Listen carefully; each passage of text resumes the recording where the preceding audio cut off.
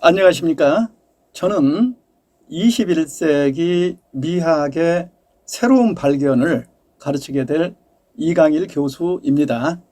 저는 대학에서 예술을 가르치는 교수입니다. 그리고 철학을 가르치는 교수이기도 합니다. 따라서 저의 출발점은 학문 영역에서보다는 예술 영역에서 출발했기 때문에 이 강의는 분석적인 것보다는 직관적이고 경험적이고 종합적인 성격을 띠고 있습니다. 따라서 이 강좌의 성격은 우리 환경 속에서 많은 문제점에 대한 의문, 여기에서 출발되어 해결점을 찾고자 동시대를 사는 여러분들과 함께 이 수업을 통해서 그 문제를 풀어보고자 합니다. 자, 그러면 이제 1강입니다. 1강은 아름다움의 이해입니다. 교육 목표는 1강의 학습 활동을 완수한 학습자는 새로운 시각에서의 아름다움의 이념으로서 공생, 공영, 공의를 이해하고 자신의 삶에 적용할 수 있을 것입니다. 먼저 몇 가지 문제점을 제시하고자 합니다. 오늘날 현실의 갈등은 치유 가능할까요? 문제점이 있다면 무엇일까요? 과연 21세기 미학의 새로운 발견을 통해서 해결점을 찾을 수 있을까요? 오늘날과 같은 갈등의 시대에 치유에 대한 해답이 무엇일까? 이것에 대해서 한번 생각해 봅시다. 혹시 우리의 목적과 방향이 잘못되어 있는지 아니면 방법이 잘못되어 있는지 그 근본을 찾아서 문제점을 해결해야 할 것입니다. 그런데 혹시 우리가 나아가고자 하는 방향, 즉 이념이 잘못되어 있다면 다시 한번 반성하고 새롭게 인류의 방향을 설정하고 나아가야 한다고 생각합니다. 이 강에서 몇 가지 이야기 주제를 가지고 같이 한번 생각해 보고 이것을 중심으로 수업을 진행하고자 합니다. 내가 이야기 주제를 안중근 의사의 이토 히로부미 저격에 대해서 같이 한번 생각해 봅시다. 안중근 의사의 이토 히로부미 저격은 아름답다고 생각합니까? 추하다고 생각합니까? 예, 그러면은 여기 당사자 안중근 입장 한번 우리가 물어본다고 한번 생각해 봅시다. 이토 히로부미는 동양 평화를 해치는 주범이어서 내가 사살한 것이다. 이렇게 주장을 해요. 그러면은 이제 그 저격당한 이토 히로부미 입장도 한번 우리가 경청해 봅시다. 나는 대동아 공영권을 위하고 조선을 보호하기 위한 것이지 침략 아니다. 그러면은 이제 법정 판결은 어떻게 됐을까요? 일본 법정이죠. 안중근은 살인자이고 테러리스트이기 때문에 사형에 처한다. 결국에 안중근 의사는 사형 형장의 이슬로 사라졌죠. 그러면 우리가 이걸 가지고 인과론적인 이성 철학의 관점에서 봅시다. 안중근은 살인자 맞지요? 살인자예요. 그럼 윤리 도덕적 관점 봅시다. 일반적으로 살인 행위는 악한 행위입니다. 그거 맞지요? 그런데 이 지금 현재 우리 그 주제인 그 미학의 관점입니다. 그러니까 이것은 감성이고 아름다움에 해당하는 것입니다. 이건 관점이 극명하게 두 개로 갈려집니다.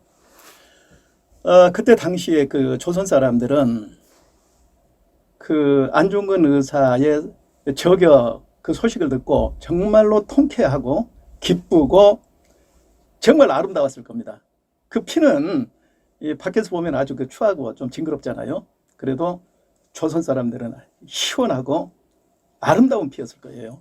그런데 일본 사람들은 어떻겠습니까? 일본 사람들은 이토 상당히 존경한 사람입니다. 아주 비통하고 슬픈 일이었을 거예요. 그 피는 그야말로 징그럽고 추하죠. 그러면요, 21세기 이 새로운 미학적 관점에서 해석을 해보면요, 궁극적으로 조선을 침략하기 위한 구실이어요. 이토 히로부미가 말했었던 것은. 결과가 그렇게 됐지 않습니까? 2차 세계대전 전범국 아니에요? 그러면은 안중근이 이토 히로부미를 적용한 것은 그 실은 가치 있는 것이고 아름다운 것입니다. 미의 기준 한번 생각해 봅시다. 이 미의 기준은요, 가치의 기준은요, 이것은 세계가 인정하는 또 인간 본성인 양심이 인정하는 것이 미의 기준이 돼야 됩니다. 이것이 바로 세계 이념이어야 돼요. 어떤 하나의 척도가 있고 그 척도에 의해서 가치가 있냐 없냐를 가리는 것이 바로 지금 이 시간에 하고자 하는 미학입니다. 자, 지금부터는 이제 그 이념에 대해서 한번 이야기를 한번 해볼까요? 방금 우리가 그 세계 이념에 대해서 이야기를 했으니까 이제 이념에 대해서 본격적으로 이야기를 한번 해봅시다. 이념이라는 것은요, 이상적으로 여기는 생각이나 추구하는 가치, 그리고 준수할 규범, 이렇게 사전에 나와 있습니다. 그러나 여기에서 문제는 뭐냐면 추구하는 가치가 문제입니다. 추구하는 가치가 아까 일본 사람하고 조선 사람하고 다르지 않습니까? 그러니까 지금까지 추구하는 가치는 어디를 중심으로 하냐면은 이성 중심입니다. 그런데 여기에 어떤 것이 빠져 있냐면요, 조선 사람들의 행복감, 욕망, 감성, 정서, 그 일본 사람들의 그 정서하고 지금 관점이 다르지 않습니까? 그러지만 인간의 감성인 이 욕망하고 여기 관계없이 우리가 그 가치 판단을 해왔다라는 것이에요. 그러나 이 과목에서는 추구하는 가치에 대해서 이제 좀 더 중점적으로 이야기할 겁니다. 21세기 세계 이념은 반드시 아름다움하고 연관성을 맺어야 합니다. 이야기 주제 두 번째에 대해서 이야기하겠습니다. 이번에는 인간하고 자연의 관계입니다. 지렁이 이야기하겠습니다. 지렁이 징그럽죠? 나도 정말 징그러워요. 따라서 자연계에서 지렁이 이것도 없어져야 됩니까? 아니면 안 없어지면 박멸해야 되겠습니까? 근데 지렁이 입장에서 어떻게 항변할까요? 인간이 보기에는 징그럽게 보일지라도 자연계에서 자신의 역할이 있다라는 거예요. 근데 봐보면요, 이 지렁이도 딱딱한 토양을 이렇게 휘젓고 다니면 거기에 박테리아가 서식하기 아주 좋은 환경이 됩니다. 그렇게 되면 비옥한 토양으로 바꿔지는 거예요. 그러니까 자, 미학적 관점에서 지렁이가 비록 형식에 있어서는 징그러워요. 그런데 자연계를 위한 지렁이의 목적에 합당한 역할을 하기 때문에 내용에 있어서는 아름다워요. 소위 말해서 자연계도 좋고 인간도 좋아요. 자연계가 잘 돌아가면은. 그러면은 또 이야기 한번 해봅시다. 이야기 주제 세 번째입니다. 사자 입장 이야기 한번 들어봅시다.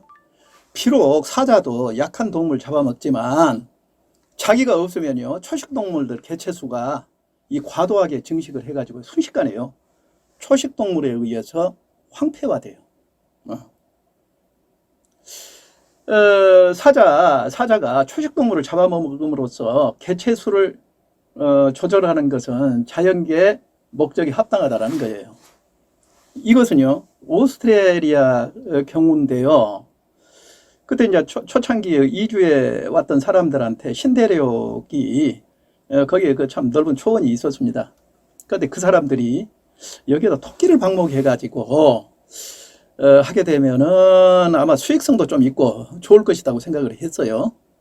근데 결과는요, 상위 포식자가 없는 상태에서 토끼가 그냥 무분별하게 아주 심한 환경 파괴, 이걸 경험했어요.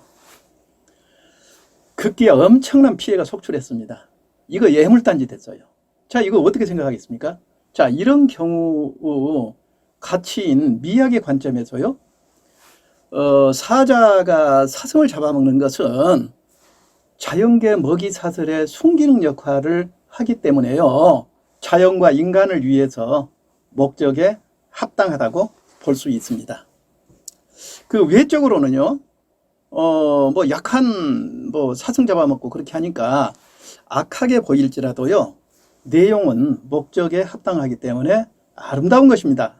따라서 새로운 세계 이념이라는 것은 단순히 인간과 인간 간의 어떤 사회적인 구조 속에서만 내가 이야기한 게 아닙니다.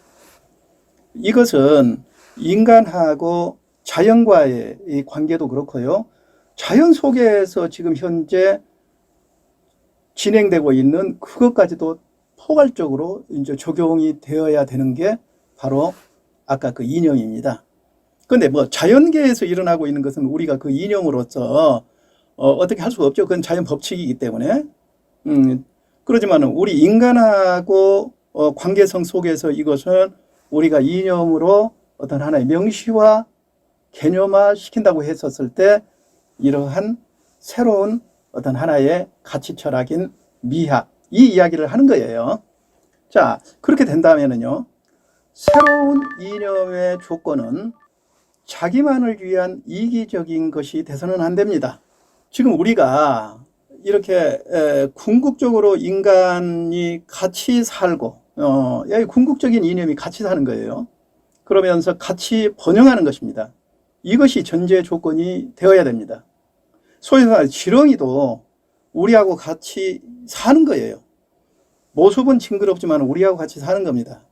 사자도 악하게 보이지만은 자연계의 순한 이런 생태계에서 역할을 하고 있어요. 그것도 공생하기 위한 것이고, 어떤 것이 과도하게 종족이 쓸데없이 이렇게 번식을 했을 때는 그것을 제어할 수 있는 먹이사슬이라는 이런 구조 속에서 이 같이 공생하고 같이 발전하고 있는 거예요.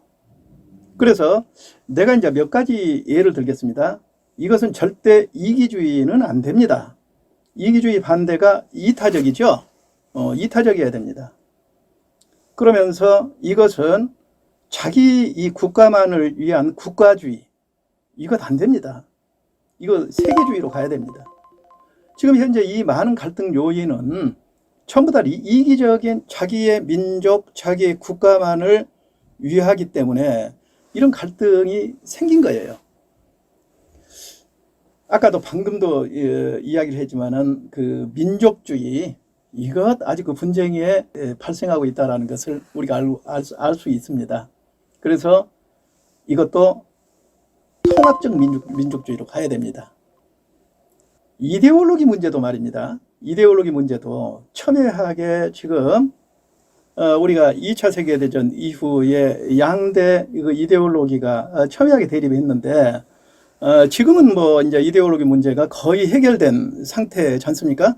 그렇지만 이제 북한도 아직까지 그 이데올로기를 가지고 지금 그 체제가 유지되고 있는 상태입니다. 이것도 통합적 이데올로기여야 됩니다. 통합적 이데올로기. 그런다고 보면은요, 우리 한반도에서 통합적 이데올로기의 그 마지막 해결점이 남북 통일이라는 게 아마도 이제 거기에 해당된다고 나는 그런 생각을 해보는데요. 그리고 통합적 종교주의입니다.